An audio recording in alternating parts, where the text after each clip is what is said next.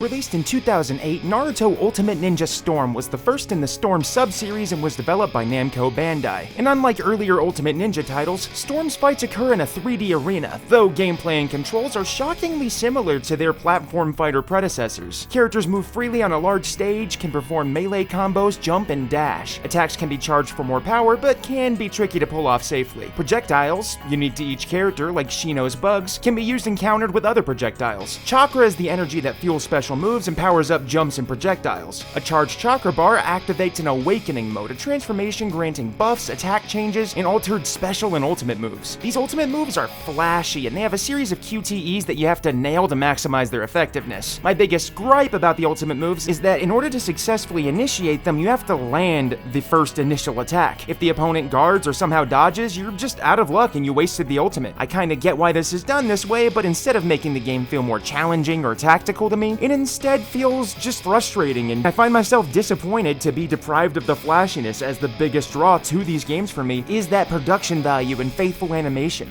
But back to mechanics. There's a guard mechanic, but guarding too much leads to a guard break that leaves you more vulnerable. Using the bumpers, you can call in support characters that you choose in the character select menu. These supports can be used to deal damage or interrupt combos, but can be wasted if they're attacked because it automatically sends them away. What's nice though is that there is character-specific contextual dialogue for specific team compositions, in addition to the regular contextual dialogue with different opponent matchups. Items are mapped to the D-pad and provide offensive abilities like poison, projectiles, or bombs, or defensive boons like stat boosts. Visually, the game is stunning, even all these years later. While it's got the typical anime aesthetic you'd expect, its animation is acceptable and a relatively early example of just how faithful and crazy now Bandai Namco's animation team could get with these anime tie-in games. Character movements, attacks, and even UI elements are fluid and crisp and striking. Even the main menu with Naruto's movement is a highlight, and every game forward has a really neat spin on this basic menu format, just featuring different animations and locales each time. The modes on offer are Ultimate Mission, Free Battle, and Options, keeping it real simple. Ultimate Mission, the story mode, uses a fully explorable Leaf Village as its main hub. As Naruto, you can run around collecting money and scrolls, talking to NPCs, visiting shops, and accepting missions. Missions are either story progressing flashback missions or standalone free missions, some of which are non-canon. Both involve battles and minigames. Flashback missions are linear with cinematic QTEs, and free missions can be minigames like tree climbing, dodging branches, or hide and seek. Though I will say the highlight is hide and seek, which is incredibly frustrating and not that fun to play in my opinion. A gallery, the collection, is found at the story mode save points, and here you can view figures, ultimate jutsu movies, music, and dioramas that can be earned through gameplay or bot. Figures are interactive 3D models, ultimate jutsu movies let you watch unlocked moves, and dioramas are unlockable multi-character interactive 3D scenes that are almost like a little time capsule. I'm a big fan of gallery modes in general, so this is actually a really nice addition, though I do wish it was available from like the title screen. Free Battle is exactly what it sounds like, a configurable mode where you can fight with any characters on any map against a CPU or another player. Overall, Naruto Ultimate Ninja Storm is a strong series debut, despite relatively little on offer in terms of mode and overall content, but its top-tier presentation and uber cinematic battles are timeless and enjoyable and would only get better from here. Released in 2010, Storm 2 offers some incremental additions and improvements along with a complete refresh of the cast, now taking place during Shippuden but at the cost of the outright removal of the pre-time skip versions of the characters. Visually, the detail and quality are fairly similar to the previous game, but the cutscenes have seen a massive improvement in both scale and quality. This series has a knack for ramping up the chaos and immersion with each game, and that's especially clear even this early on. Gameplay is pretty similar to the first, but assist characters are now categorized as attack, guard, or balance types, still chosen pre-battle. Attack deals damage, guard protects you, and balance does a little of both, and they can even automatically deploy themselves depending on the situation. However, my favorite addition is the assist ultimates, which you can use by charging up a new assist gauge to activate cooperative moves with your support team. The game features the modes Ultimate Adventure, Free Battle, and Online Battle. Ultimate Adventure, the story mode, has an overall improved presentation and begins, as you'd probably expect, with Naruto Shippuden's story. It features mostly fully rendered cutscenes that, while taking some liberties, are entertaining and maintain the original story for the most part. While exploration of the ninja world is still here, the camera's fixed this time, and the secondary missions are diminished quite a bit. Players now run mission to mission with multiple playable characters and multiple hub areas, and these are detailed with NPCs offering little blurbs, side quests, and passive dialogue. However, despite or even in service of the locked down camera, this is arguably the best presentation of Naruto's world in a video game up to this point due to the detailed pre-rendered backgrounds, dynamic camera movement only when it's needed, and environmental variety, and it reminds reminds me a lot of older 3D Final Fantasy games. Missions, both story and optional side quests, begin at required locations that you travel to on the map. Completing mission requirements, especially QuickTime events, unlock secret factors, small missable flashbacks that happen in the heat of battle. This game introduces ninja info cards for online profiles, which are mostly just anime screen caps, but it's a nice little customization feature. And speaking of, online matches make their debut and offer player matches, ranked matches, and a leaderboard, though its reliability is questionable and I think most of the PC leaderboard is probably cheated. Quick cool crossover note, Lars from Tekken appears as a guest character, with a Kishimoto-designed outfit that is also featured in Tekken 6. Overall, Storm 2 is a mostly lateral move gameplay-wise, but a significant leap in presentation. Its fluid, exciting animation, and engaging gameplay set a new gold standard for cutscenes in the series. Released in 2012, Storm Generations is the only entry not released on any platforms apart from the PlayStation 3 and Xbox 360. So the big draw here is that this game combines original and Shippuden versions of the characters into one big roster, effectively giving you until then impossible fantasy matchups with pre- and post-time skip characters. The overall gameplay is very similar to previous titles, but feels markedly faster, offering more fluid combos and generally easier fine-tuned control, at least in my opinion. The substitution mechanic has been revamped, allowing players to interrupt combos with a substitution at any time at the cost of a substitution meter. It's broken down into segments that have to recharge for each use. Most people see this change as an improvement, and I agree, since it prevents spamming substitutions and gives chakra a lot more utility. The story mode is presented in a new character-specific abridged format, covering major plot points for both original and Shippuden Naruto. Notably, it features new fully animated 2D cutscenes, which to me is incredibly impressive, and while it's probably a lot harder to pull off, it's still the best you can get without simply watching the anime. Non-animated cutscenes still use still images with narration, but I can't even complain given the quality of these animated ones. Free Battle offers versus, survival, tournament, and training modes. Survival mode is new, challenging players to fight a set number of battles with limited health recovery, culminating in an endless ultimate survival. Tournaments include Challenge Tournament and Battle Tournament, which are an offline ranked mode and a traditional 8-character tournament. The shop features gallery items and equipable items, including ninja tools for stat boosts and customizable substitution items, a feature that's carried forward in future games. Collection mode, or the gallery, offers a variety of viewable items, including these substitution items. You can also look at ninja info cards, ultimate jutsus, images, and movies. However, the lack of figures makes the gallery underwhelming compared to past games, with ultimate jutsu really just being the highlight here. Overall, Generations is a pretty good game, the main draw being the crossover between Naruto eras, which since has become a standard. Storm 3 was initially released in 2013 and was technically the real sequel to Storm 2, unlike Generations. Fortunately, all the improvements from Generations were still brought forward. This feels like yet another incremental improvement, but it introduces secret factor scenes during the ultimates and some extra gameplay variety with the low HP awakening system. While the visuals are pretty much the same, Character Select now shows 3D models for every character, and stages feature weather and time of day variations. The second one's not a huge addition, but it's really nice for variety. Right off the bat, this game adds a ton of new costumes for nearly every character, and some of them are kind of wacky. A highlight is the Goku costume for Naruto that even changes the animation for his Rasengan. Plus, the roster just grows and grows with each new entry, and the newest game has over 100 characters. The story mode is Ultimate Adventure, and it's more of the same, but only to a point, as there are now these decisions you can make that affect the outcome of certain branching story paths. And this is introduced right off the bat in the beginning, and early scenes can lead to completely different fights. And speaking of scenes, these cutscenes are somehow even better, and it's gotten to the point where they may as well just be 3D animated anime episodes. Traversal and hub areas kinda just blends aspects of previous games, and the story picks up after the 5 Kage Summit arc, which is exactly where 2's story ended, but I kinda wish they'd include all the previous story content here because they've already made it, why not? The coolest new addition is the action brawler gameplay style during the story, reminiscent of something like Dynasty Warriors, where you fight off tons of ninja opponents that crowd around you, using special combos, jutsus, and QTE-enabled moves. After playing this entire series multiple times, I still think this story mode was probably the most impactful for me, and it feels like the tightest and most fun of any of the story modes standalone, even if it doesn't offer as much content as later games. There's brand new challenge missions, with a bunch of missions that have varied requirements to complete them, including some that even change the game mechanics, like one that hides the HP bar. Overall, Storm 3 is a favorite of mine, mainly for the fantastic story mode and presentation, specifically the really cool set pieces. There's not a huge amount of things that you can get in this game that you can't get in future games, but it's still incredibly impressive for its production value alone.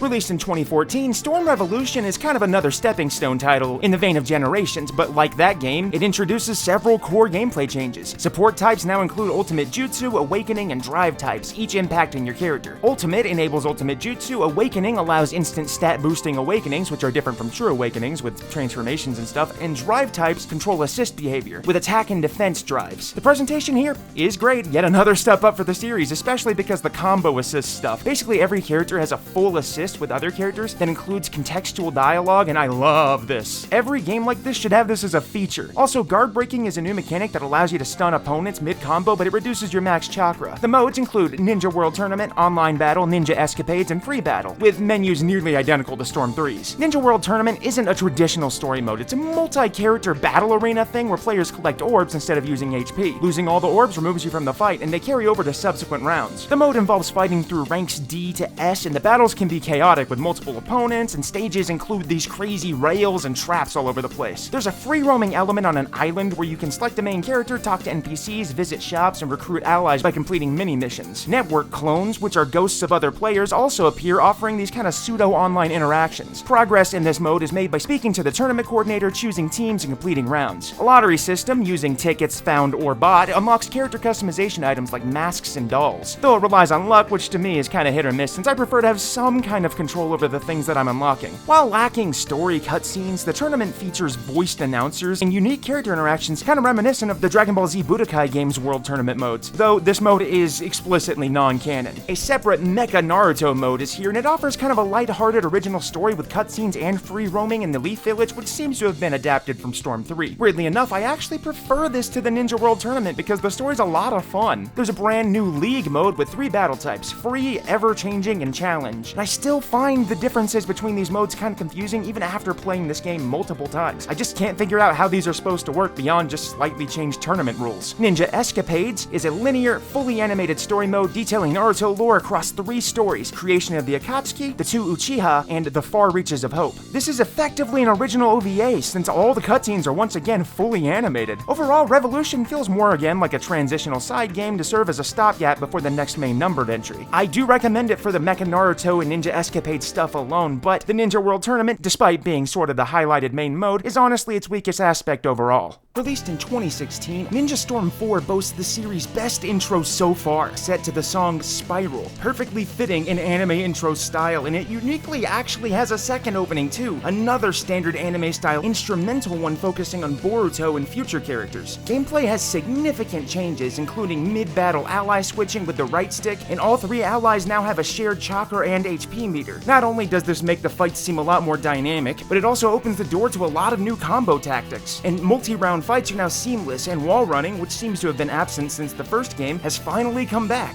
In keeping with the seamlessness, the battles now hit the ground running, making both opponents clash on the battlefield right at the start. There's a new armor break mechanic, which shows the character's clothes getting damaged and broken over time, which not only alters the character's appearance, it also reduces their defense. It's little details like this that really enhance the immersion of these kinds of games, and it's something I really enjoyed in a lot of the PS2 anime fighting games especially. Visually, general fidelity seems overall improved here with more effects, particles, and filters, but the series' anime aesthetic seems to have kind of reached its final form, at least at this point in time. Bandai Namco really excels in this visual style, making it feel like playing an anime, and they've only gotten better and better, rounding off any remaining edges with each new release, well, most of the time. Jumping into modes, we've got Story, Adventure, Boruto's Tale, Collection, Online Battle, and Free Battle. Story mode features the series' most hype intro so far, starting with credits that seamlessly roll directly into the first fight. It makes the player feel powerful, similar to Storm 3, but with even better, more seamless presentation and direct hitting the ground running action. I feel like this had to have been the developer's goal this time around because basically everything about this game feels much more snappy and seamless than any previous game. The intro also introduces a bunch of mechanics all at once, including dynamic background elements like Kurama being an actual threat, weapon pickups for moveset changes, multi-phase fights, and even kaiju-style battles. As you progress through the story, you unlock chapters that have branching paths, and the story continues Storm 3's, but includes some nice character development through flashbacks and extra scenes. Mob battles do return, but they're streamlined and have way fewer QTEs. Adventure mode, playable after you beat the story, serves as a second smaller story, and it's closer to earlier Storm games, with free roam elements and a semi-linear mission structure. Free roam is also more restrictive now, functioning more like a traditional RPG with no jumping or extra traversal options. Environments, though reworked from previous games, are still nicely detailed and feel refreshed, not just reused outright. This mode is almost like a winding down for the main story, something to experience before diving into Boruto's Tale, which which actually adapts the Boruto movie nearly beat for beat. In fact, this mode even covers a bunch of tiny details that you wouldn't normally see in a game like this, and I really appreciated that and wish they do more stuff like this in future games. Boruto's tale includes an updated explorable Leaf Village since it takes place after the time skip, and the environments are very similar, but they've got the big modern visual refresh to match the new time period. Online battles return, and there's also a new thing with limited time events, or at least there were limited time events, and these were like themed marathon matches against set groups of enemies, some requiring preset teams. Collection mode features the new General Store Bandai, where you can buy in-game collectibles and customization items. Unfortunately, still no dioramas this time around. Storm 4 is the absolute best in presentation so far and offers a pretty robust overall package with plenty of content and stuff to do, while also somehow really not feeling dated.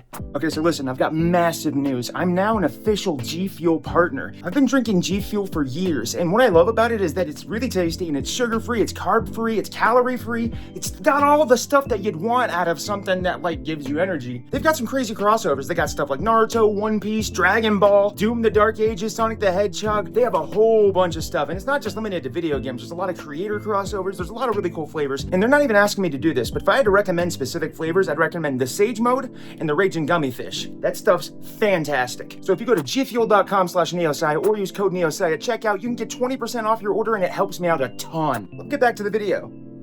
Sage Mode, by the way. Storm Connections launched in November of 2023, and first off, I played all of the games I could on PC, and this is the first one that genuinely feels like it was developed with a PC version in mind from the get-go. The visuals are crisp, the menus feel better to use, and it's just better feeling in a way that's hard to describe if you're a normal person that doesn't play these one after another. Like every other game, I had some kind of issue with either crashing or performance issues. This one just felt great the whole time. In the gameplay department, key changes include unlimited cooldown-based ninja tools now, and an optional simple control style that I didn't really like all that much because it made me feel like I was playing worse. The most obvious change is using specific characters increases their proficiency and unlocks rewards for them. And there's also an in-game encyclopedia which could be helpful for series newcomers, though I'm not sure someone not familiar with Naruto would be buying this game. The unique modes here include History, a revamped story recap that covers all the major beats of the entire Naruto story, Special Story, an original non-canon Boruto adventure with a ridiculously amazing cutscene in the intro that portrays a mid-Boruto era Naruto and Sasuke having this wonderful, huge, beautifully animated battle, and online battles with casual, ranked, and ninja battles, which are sort of like timed events where you pick a side and fight for supremacy with everyone else that picked that side. Think like Splatoon Splatfests. But to get a bit more into Special Story, this is the non-canon Boruto side story where the Leaf Village is enamored with a new virtual reality game that is actually just a mass-scale genjutsu. This game's still relatively new, so I won't spoil too much, but it's nice and refreshing to get some brand new story content with Boruto, even if it, again, isn't really canon. The History mode is a chapter-based linear mode that's broken up into story arcs, and while it does cover most major plot points, a lot of criticism seems to have stemmed from how much this skips over. Not that I think they could have included literally everything, but they definitely should have included some of the stuff that they even cut from previous Storm games. However, while the top-tier cutscenes and animations are back and better than ever, the number of QTEs in this game feels so much higher than any previous game. And I hate this because it completely distracts me and makes it nearly impossible to focus on what's actually going on during the scenes, since I'm constantly on the lookout for QTE prompts. Also, since the game's release, a lot of people have criticized things like the voiceover performances, the DLC updates, the changes to the gameplay and roster, but beyond everything, this is still my single largest gripe with the game, and assuming we eventually get a follow-up, which I hope we do, I'm really hoping they add at least some kind of toggle that lets you bypass or at least have fewer QTEs. Despite this, in my opinion, Connections is a really solid game. While it feels more like an enhanced port of 4 than a brand new numbered title, it offers a better overall package than 4, particularly in the story content, assuming you're not looking for the specific stuff that 4 provides. The massive roster, fun gameplay, and incredible presentation are highlights, and if you only play one Naruto game from this video, honestly make it this one for the most all-encompassing experience. Hey, so you're probably confused as to what this is. See, my videos have been getting longer and longer, and that's why I'm introducing Turbo Mode. This is a new series where I'm going back to my roots. Alongside my long videos, I want to make some bite-sized, you can watch it in an afternoon kind of videos rather than having to set aside an entire day. Anyways, if you're new here, please consider subscribing to the channel and liking and commenting and all that jazz, and if you're not new here, well, thanks for watching anyways. This is the first of the Turbo Mode videos I'll be making, which, again, the goal is to eventually have a Turbo Mode for every game I've covered, but don't worry, I'm still going to be making the long stuff too. Before I go, I want to thank patrons and channel members, including That's Ash and Narumego in the Played Every Game tier, along with everyone else you see on your screen here. Thanks for watching, and I'll see you in the next one, and until then, have a fantastic day.